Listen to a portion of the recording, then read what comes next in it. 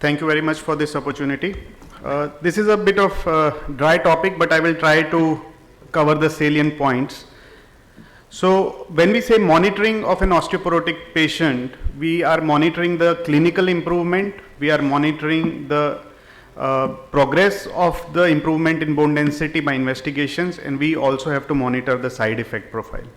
So clinical monitoring can be a patient reported complaint that symptom that he says or she says that she is better in terms of bone aches and pains.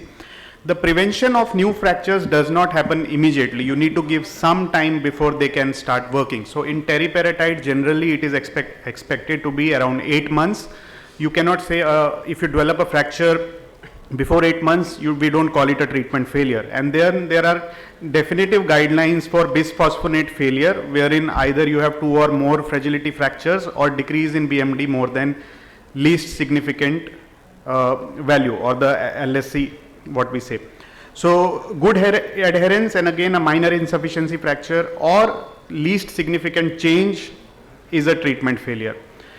Investigations, we need to understand this term least significant change. It is basically 2.77 into precision error. What it means is that this much value you can miscalculate on a DEXA. So you need to have a value change more than this to consider it significant.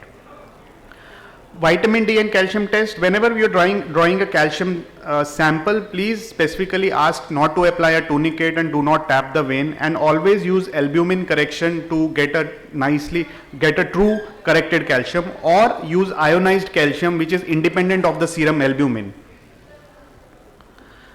So do not get a calcium test done immediately after giving teriparatide. There is a transient hypercalcemia which always happens after a teriparatide shot. It takes around 8 hours to come down. So unless the symptoms are really very severe after teriparatide, do not get a calcium test done immediately.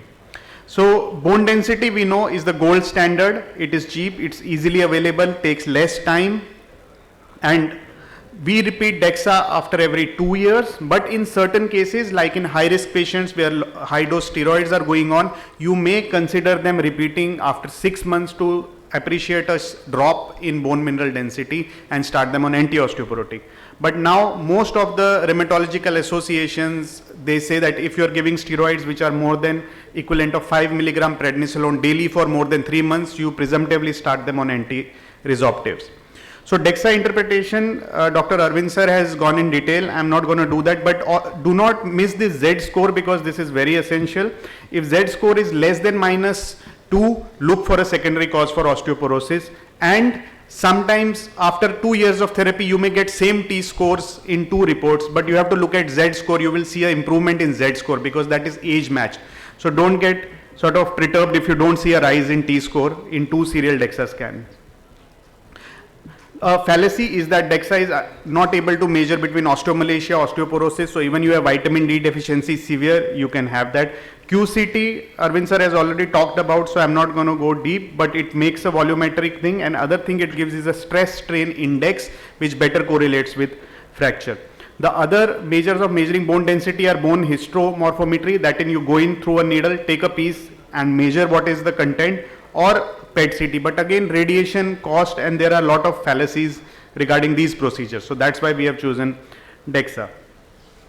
Now there are other things which are called bone turnover markers, which are the blood tests which we do to understand what effect they have.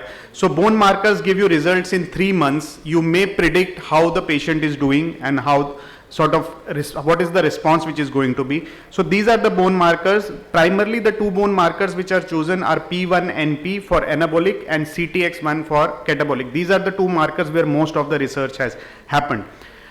Be sure that you give a fasting sample for CTX or bone resorptive markers because there is a lot of variation in the morning, evening and after the feed. And urine samples are also used, but again you have to have a 24-hour urine sample which is tedious to collect and then give it to the lab. Bone formation marker, which is the P1NP, has less circadian rhythm. You can do it any time of the day, but if you're doing both, then you might want to do it in the fasting only. As a general rule, try to get them fasting so that you have a sort of a baseline which is comparable. So other factors affecting, only thing are age and sex. So whichever levels you are using for reference, ensure that they are matched to the age and sex of the patient. So other factors which affect bone turnover markers are like after a tibial shaft fractures, in 2 weeks the CTX doubles and in 12 weeks the PTN doubles. So larger the fracture area, more increase in the bone turnover markers.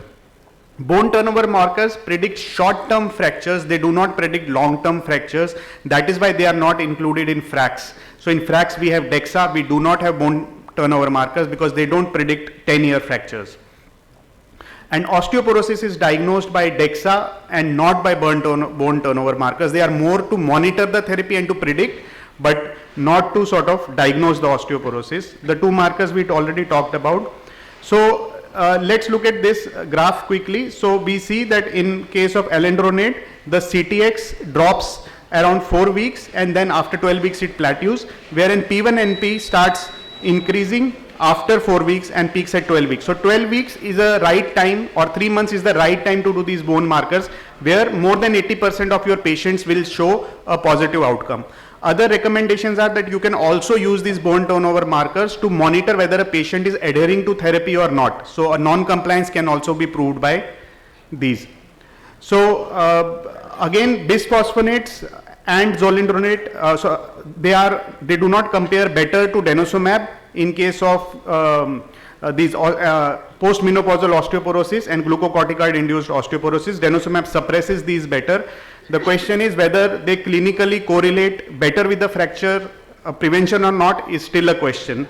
With teriparatide, again, the least significant change is 20% of baseline. So if you don't see 20% increase at 3 months, be wary that whether the patient has taken the drug properly or we expect more fractures to happen. So to conclude, what I would like to say is that they help us, bone turnover markers help us to monitor as early as 3 months. They can identify non-compliance, non-responders. All of these markers, these drugs are better suited for spine. They all correlate well. In hip and other fractures, they do not correlate so better. And DEXA is the gold standard, but we need 2 years, and CT DEXA again is a promising aspect. Thank you so much.